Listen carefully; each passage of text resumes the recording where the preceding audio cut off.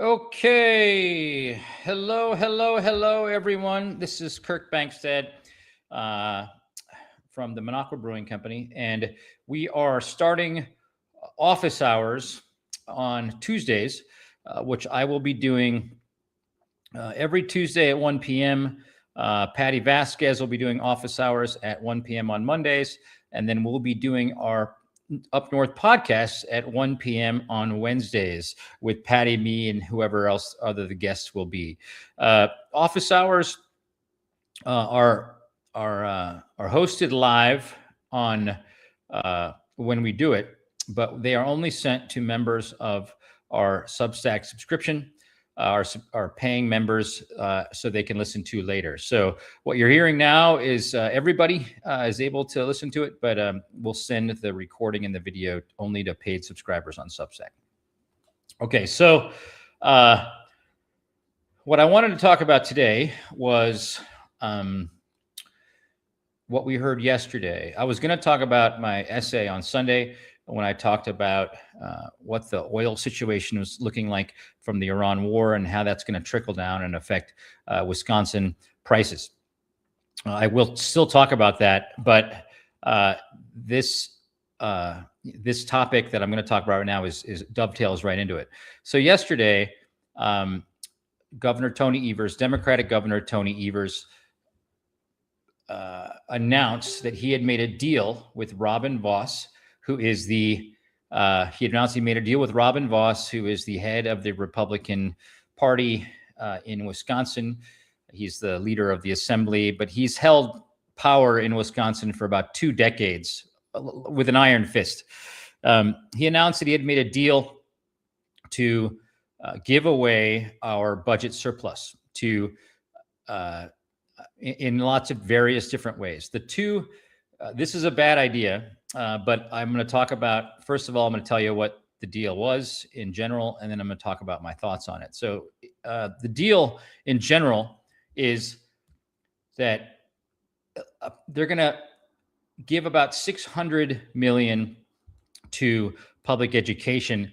However, it really means they're only going to give to $300 million to public education, because some of that is voucher school monies, which is private education, and some of that is special education dollars, which was already put into the budget for this year anyways.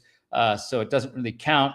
And a lot of that $300 million will be in property tax relief, because so many school districts have had to raise their property taxes because the state wasn't helping them. At the end of the day, the good thing about this deal, which was relief for public schools, ends up being about 20% of the total budget surplus that we had, which was something to the tune of like $2 billion. 20% to public education is not enough, in my opinion. However, that's not the terrible part of this deal. The terrible part of this deal is that Evers agreed to give out $850 million, which is like, you could say 60 to 80% of the total surplus, to one-off payments of $300 per Wisconsinite who had paid I believe their income taxes last year. So just think about $300 to whoever, files the claim.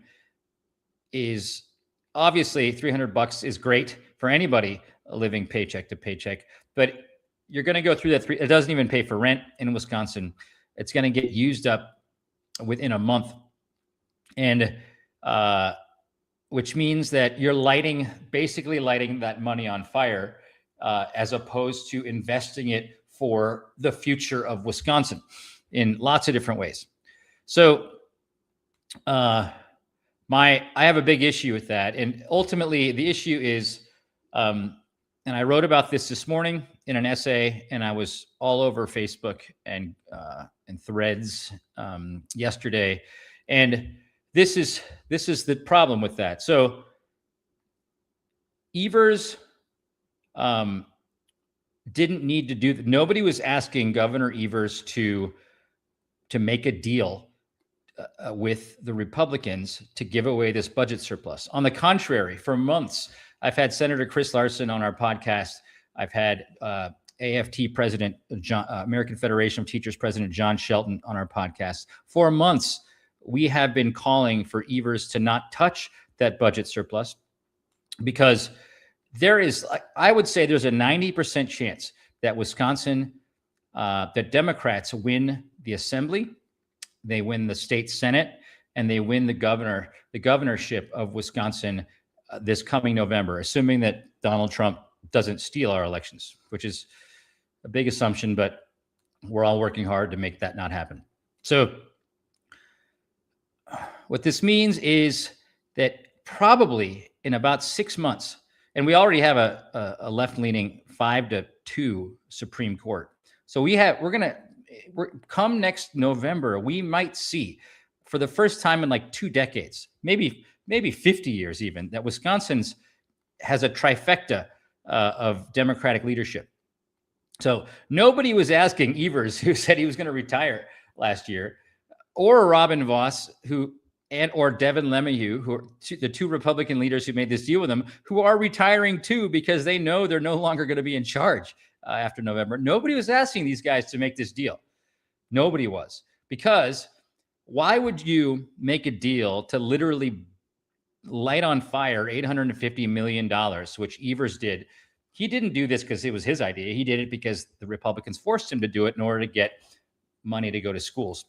Why would you light $850 million on fire when in 6 months that money could be used for 3 things? 3 things that I talked about in my article today, but a host of other things. Obviously, so the first 3 things that any governor who's thinking about the future, anybody who's thinking about the future should be thinking about are, first of all, we have, and this gets into my essay on Saturday. The last ship to bring Persian Gulf oil to America landed, I lived here for a while, landed in California, Sunset Beach, right, Southern California on May 3rd. Now, 8% of America's oil comes from the Persian Gulf. It's still a ton. There's 2 million barrels of oil on that cargo ship. That's the last oil we're going to see from the Persian Gulf until the Strait of Hormuz is opened.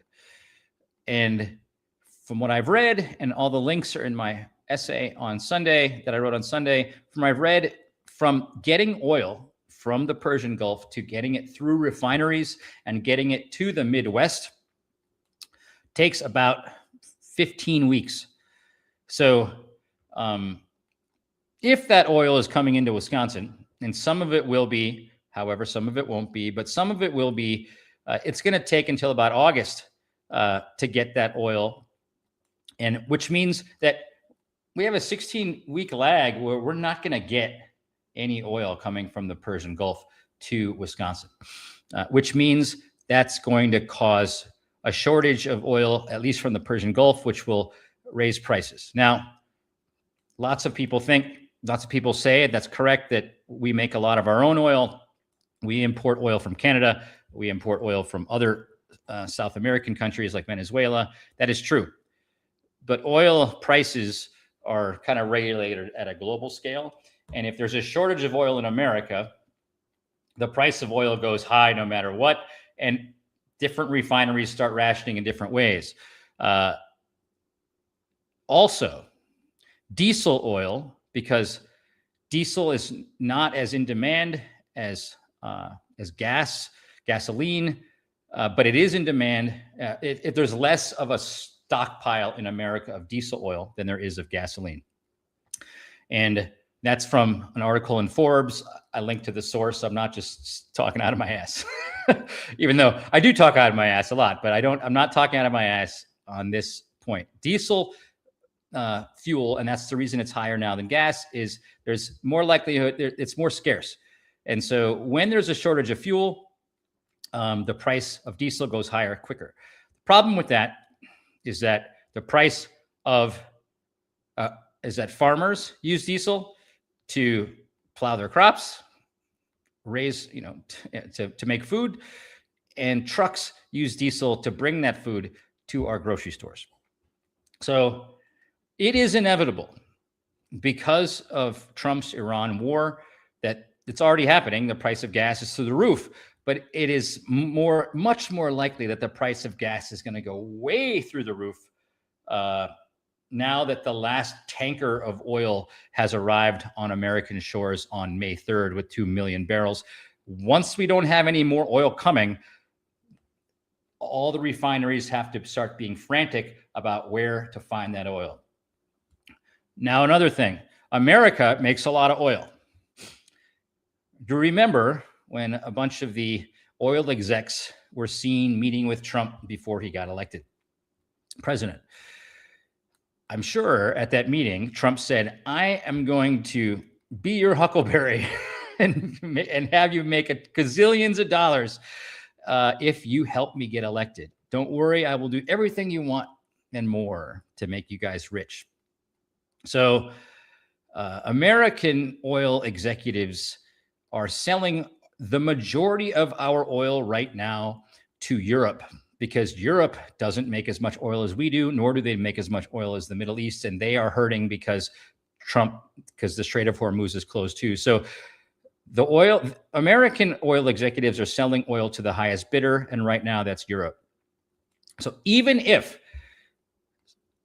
the working class in America, can't afford the oil at our own pumps, do you think Trump is going to tell oil executives to divert that oil to America as opposed to selling it to the highest bidder where they could get even richer and buy their second yacht? I don't think Trump's going to do that because he's robbing us blind right now too, and using the Iran war to enrich himself and his family. So I have a feeling, all this being said, I have a feeling that oil prices, especially diesel oil, are going to go through the roof come August in Wisconsin and all over America.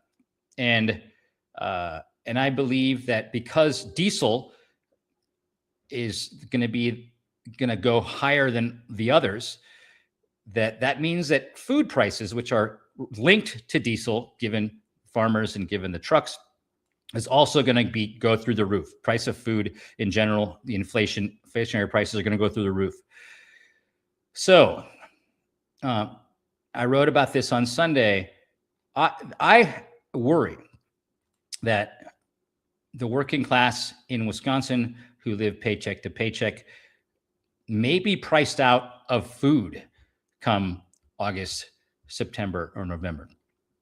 And that is alarming.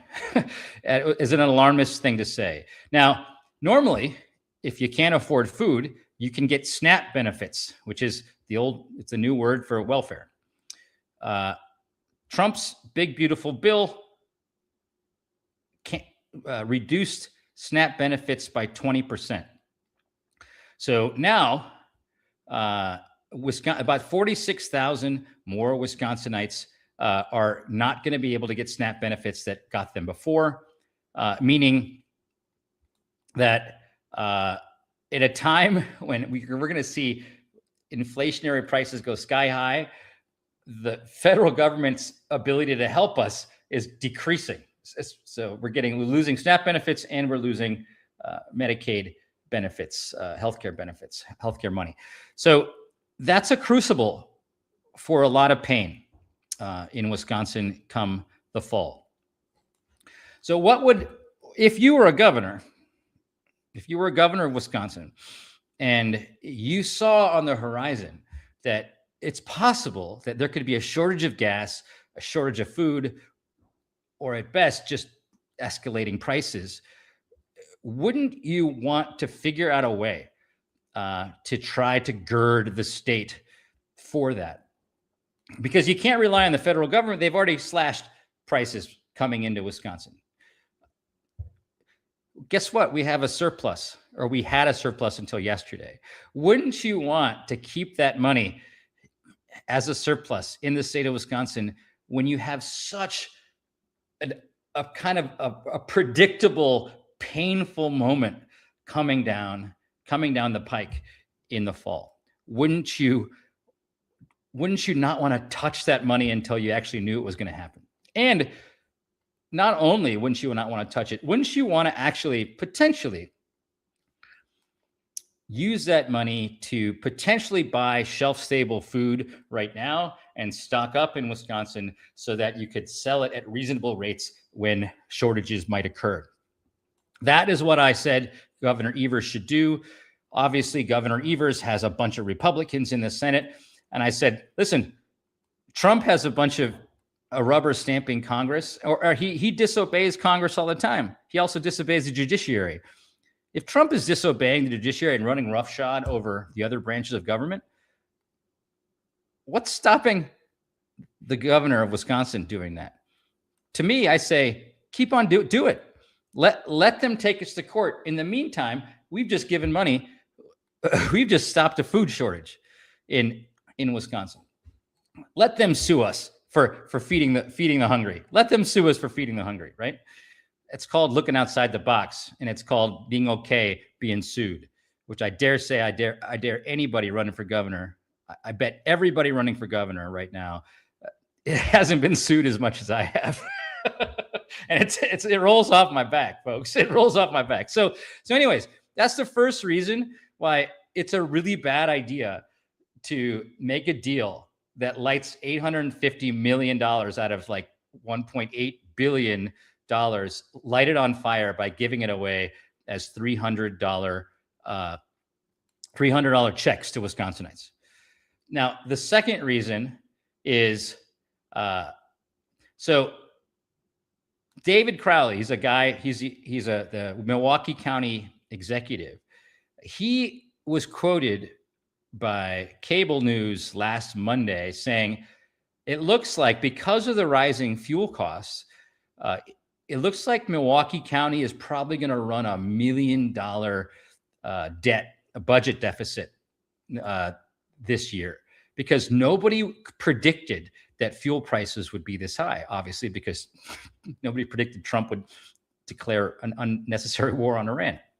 So now, not only are we worried about fuel and food, but they say they're going to have to cut government services in Milwaukee because you have a certain amount of money budgeted for a certain amount of things. And if you run $1 million over, everything else has to backfill somewhere. So if you were the governor of Wisconsin and your biggest city is saying that's going to have $1 million budget shortfall through no fault of their own, don't you think it'd be wise for that governor to say, oh, maybe this isn't just going to happen in Milwaukee. Maybe it's going to happen all over the place because fuel is high everywhere. And maybe if I have almost a $2 billion surplus, that I would think about potentially how to spend that money to get these municipalities through these dark days of inflation that's surely coming because of this Iran war. Don't you think that would be a smart way to be proactive as opposed to reactive?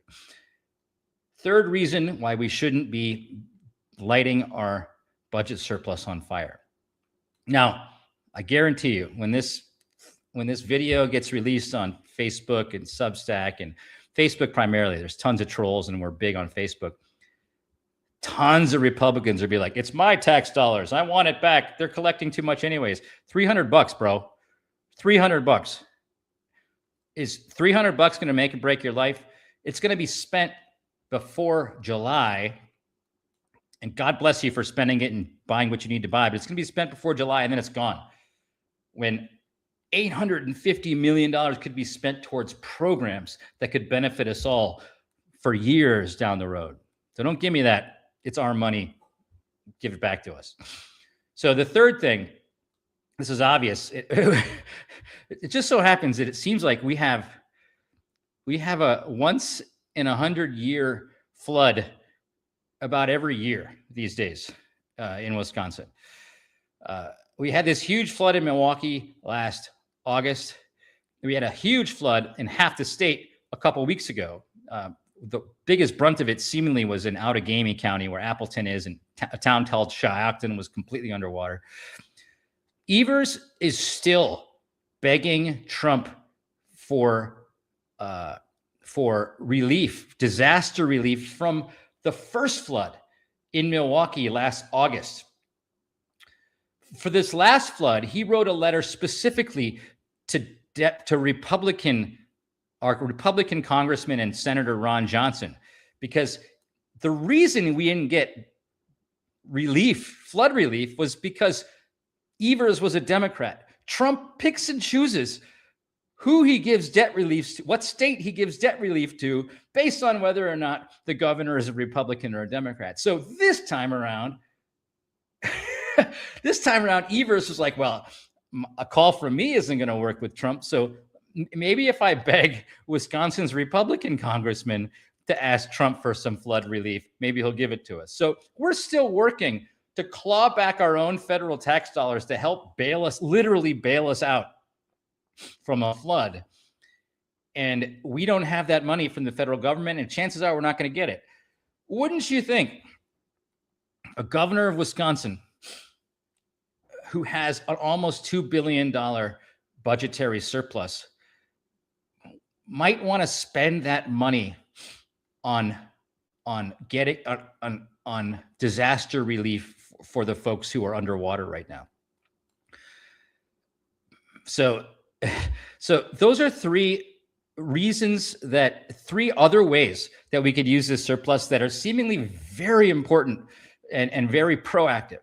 And so to me, why did Governor Evers do this? Why did he do this? And all I can think about is he's leaving office and he wants another sentence on his eulogy. He wants himself to look good as opposed to helping Wisconsin, because there's such a big chance that more of that money could have been used and spent in a smarter way if he would have just waited.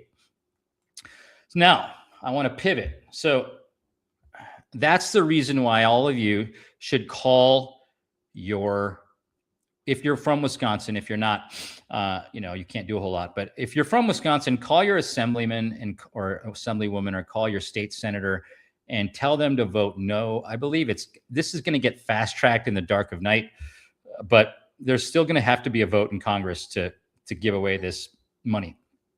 So call your Democrats and call your Republicans, state representatives, and say, you don't give away this money. Now let's go political, as opposed to just how asinine it was for Evers to do this. Let me first preface, Evers isn't the bad guy. Robin Vos is the bad guy. Trump is the bad guy. Robin Vos has basically made Wisconsin politics dysfunctional for the last 20 years. Robin Vos and Scott Walker were architects of Act 10, which broke the backs of the teachers' unions. They've defunded public schools forever. So the real enemies here are obviously Republicans. However, Governor Tony Evers, in my opinion, hasn't fought hard enough against them. We can see it in this last deal he made, which I believe it's got to be a vanity deal, but it's also in the last two budgets where they bent him over and they railroaded him into signing a budget that gave away the farm, when all he had to do was just say, listen, I'm just not going to sign it. And then the budget would have went back to the previous budget. But he could have stood up and said, no, I'm not going to let you out negotiate me. We're going to be here all night, and you're going to have to sit down and look me in the eye and do the right thing, or also just bounces back to the other budget. But he signed it because he wanted to show Wisconsinites that he was a guy who could go across the aisle and shake hands and compromise. So it was all show, because when you're getting bent over and they're not compromising, but you're the only one compromising, then it means to compromise means you just want to smile for the camera, but you haven't really done anything. So I'm mad at Evers, and I call what this is being a corporate Democrat, and as opposed to being a true progressive fighter. Now let's talk about what the politics are of this. So I've taken a ton of heat on social media from Democrats in the last 24 hours because I've said, Evers let us down again. And so many people are saying, yeah, but he can't do anything because the Republicans just, they have control of the Congress. And at least he gave money to schools. At least he was able to compromise. We got something. I disagree with that, and and by the way, across the slate of Democratic gubernatorial candidates, almost all of them, I believe, except for Missy Hughes, I think she's agreed with Evers on this, which is crazy, have said that this deal was a bad deal and that Evers shouldn't have done it. But every last one of these gubernatorial candidates are lambasting the Republicans for making this deal, even though that Evers was one of the guys that shook the hand on it. Nobody is willing to take Governor Evers to task because he's a Democrat, and they're all running in a Democratic primary to win for governor. And they know that a lot of people that vote in the Democratic primary don't necessarily read the paper every day and don't really care about state politics, but they're going to vote D in a Democratic primary no matter what. And those people are the ones that love Tony Evers no matter what he does, because he was the only guy standing up for us when the Republicans had all the power. And he's the hockey goalie that kept Wisconsin from going to the dogs for the last 8 years. It's true. And so that's why nobody in the Democratic field is taking Evers to task for being 50% of this deal. They're just saying, Tom Tiffany's Republicans. That's what Francesca Hong said. She said, Tom Tiffany's Republicans sold us down the river. She said, this bargain is a bad bargain. She didn't say Evers did something wrong. Kelda Roys said, she's the other progressive who's believes everything I believe. I think Francesca Hong and Kelda Roys are most aligned with my politics. I'm a true blue progressive. Kelda Roys said, she said all the things I just said in terms of selling us down the river, selling students and teachers and our kids down the river. She lambasted the deal, but she wouldn't say Evers' name and she wouldn't blame him for it. Crazy. Crowley, who I just said went on TV last week and said how they're going to have $1 million budget shortfall. He came out with a statement that said, while I applaud Tony Evers at being able to reach across the aisle and come to an agreement that helps Wisconsinites, I still think that Republicans are giving away the farm here on short-term solutions that don't really help Wisconsin. Like, he actually applauded Evers in this weird way of criticizing the deal. This Joel Brennan guy, who's the only other white guy in the race, and he was in Tony Evers' administration, said, he said, it's really great that, compromises are hard, but I don't like the fact that this was done without other Democratic support. So he never criticized Evers. He criticized the process that this was done. So to me, and this is the reason I'm running for governor, is because I know Wisconsinites because I live in northern Wisconsin, and we're a little rougher than the Wisconsinites in Madison or Milwaukee. But rough or not, all Wisconsinites want to be told the truth, and they want to be told they want people to call a spade a spade. And what I'm calling this is a bad deal for Wisconsin, and it's a continuing issue with our Democratic Party, is that we roll over and let ourselves get beat and pummeled way too much. And it happens at the national level. Chuck Schumer rolls over. Hakeem Jeffries rolls over. Tony Evers rolls over. Attorney General of Wisconsin Josh Kaul rolls over. We can't roll over anymore. We could roll over in normal times. But when we're on the verge of a civil war, which if we don't have free and fair elections in November, there is no other possible outcome than violence. If Trump tries to steal our elections in November, or if he actually does, that's going to be a civil war. You cannot play by the rules if the other team is not playing by the rules. You have to meet them where they are, and you have to fight. And if it's a brawl and you have to get dirty and you have to roll around in the mud, you have to do it until you can set up rules again that both sides follow. Right now, we are playing by the rules and they are not. And that's why we are getting killed right now. That's why our country is where it's at. So